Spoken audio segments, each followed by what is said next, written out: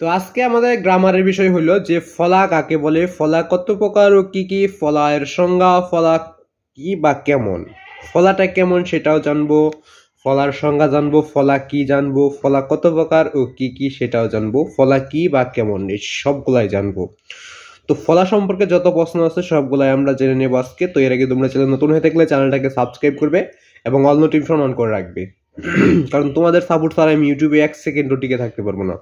তার জন্য তোমাদের কি দরকার, তোমাদের সাপোর্ট দরকার। তোমাদের সাপোর্ট করতে কি করবে, শুধুমাত্র চ্যানেলটাকে সাবস্ক্রাইব করবে এবং অল নোটিফিকেশন অন করে রাখবে, এইটুকুই তোমাদের কাছে চাওয়া, আর কিছু চাওয়ার নাই।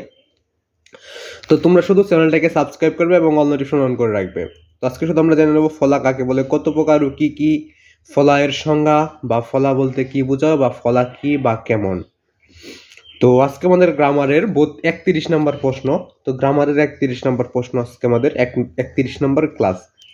তো যদি আরো কোনো ক্লাস বা কোনো ব্যাকরণ লাগে তাহলে অবশ্যই কমেন্ট বক্সে বলে যাবে। তোমাদের জন্য কিন্তু কমেন্ট বক্সটা সবসময় খোলা থাকে, যেন তোমাদের সুবিধা এবং অসুবিধাগুলো তোমরা যেন কমেন্ট বক্সে বলে যেতে পারো। তো তার জন্য কিন্তু কমেন্ট বক্সটা সবসময় খোলা থাকে, যেন তোমাদের সুবিধা এবং অসুবিধাগুলো বলতে পারো। তো আমি আবার ওই কথাটা বলে দিচ্ছি যে তোমাদের সাপোর্ট ছাড়া আমি ইউটিউবে টিকে থাকতে পারবো না। তার জন্য তোমাদের কি দরকার, সাপোর্ট। তো সাপোর্ট করতে শুধুমাত্র চ্যানেলটাকে সাবস্ক্রাইব করবে এবং অল নোটিফিকেশন অন করে রাখবে। তো তোমাদের কাছে এইটুকুই চাওয়া, যে তোমাদের কাছে একটাই চাওয়া, তোমরা চ্যানেলটাকে সাবস্ক্রাইব করবে এবং অল নোটিফিকেশন অন করবে, ভিডিওতে গিয়ে লাইক করবে। যদি আরো কোনো প্রশ্ন লাগে শুধুমাত্র কমেন্ট বক্সে বলে যাবে। এবং সকলের প্রতি আমার সালাম, আসসালামু আলাইকুম। তো সকলের সালামের জবাবটা অবশ্যই দিয়ে নেবে। তো যারা ইসলাম ধর্মের বা মুসলমান রয়েছে, তো কমেন্ট বক্সে বলতে হবে না, তুমি মনে মনে উত্তরটা নিয়ে নিলেই হবে, বা কমেন্ট বক্সেও বলতে পারো, এটা তোমার নিজস্ব বিষয়। তো ওই উত্তরটা এই বিষয় রয়েছে, উত্তরটা দেখে নেওয়া যাক। উত্তরটা দেখার আগে তোমরা চ্যানেলটা কিন্তু অবশ্যই সাবস্ক্রাইব করে নেবে। তো উত্তরটা এই পৃষ্ঠায় রয়েছে।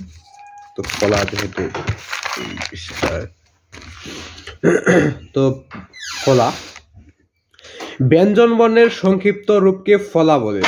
তো ব্যঞ্জন বর্ণের যে সংক্ষিপ্ত রূপ আছে ওইটাকে ফলা বলে, এবং এই সংজ্ঞাটা আর একটু বড় করে লেখা যায়, তবে ওইটা আমি দিই নাই, তবে শুধুমাত্র ছোট যেটা ওইটাই আমি দিয়ে দিচ্ছি, যে ব্যঞ্জন বর্ণের সংক্ষিপ্ত রূপকে ফলা বলে, এটা দিয়ে দিলেই হবে।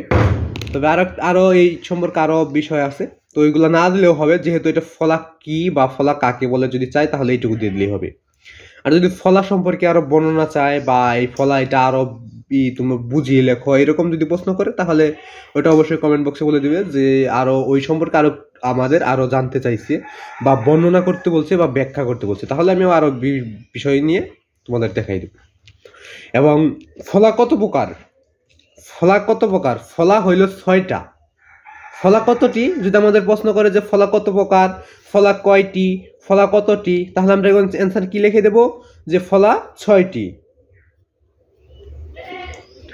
তো 6টি তা না হলে 7টি, কারণ এক এক সময় গ্রামার কিন্তু চেঞ্জ হয়। যেমন দিন যত যাচ্ছে অনেক কিছুই কিন্তু চেঞ্জ হয়ে যায়। যেমন আমাদের একটা উদাহরণ দেওয়া যাক, যে এতদিন ছিল জাতির পিতা, জাতির পিতা না, তো স্বাধীনতার ঘোষক, বাংলাদেশের স্বাধীনতার ঘোষক ছিলেন বঙ্গবন্ধু শেখ মুজিবুর রহমান। তারপর স্বাধীনতার ঘোষক হয়ে গেছে এখন কিন্তু জিয়াউর রহমান। এইরকম কিন্তু চেঞ্জ হয়ে যেতে পারে। যেমন আগে ছিল আমাদের 6টি, তবে তারপর দেখলাম যে লেখা আবার যে এখানে 7টা অক্ষর ছিল, যে বড় গ, অন্তস্থ জ, ব, ম, অন্তস্থ র, ল, উ, ল, সরি 6টাই। ফলা হইল 6টা, এই উ দন্তান্ন এটা একসাথে,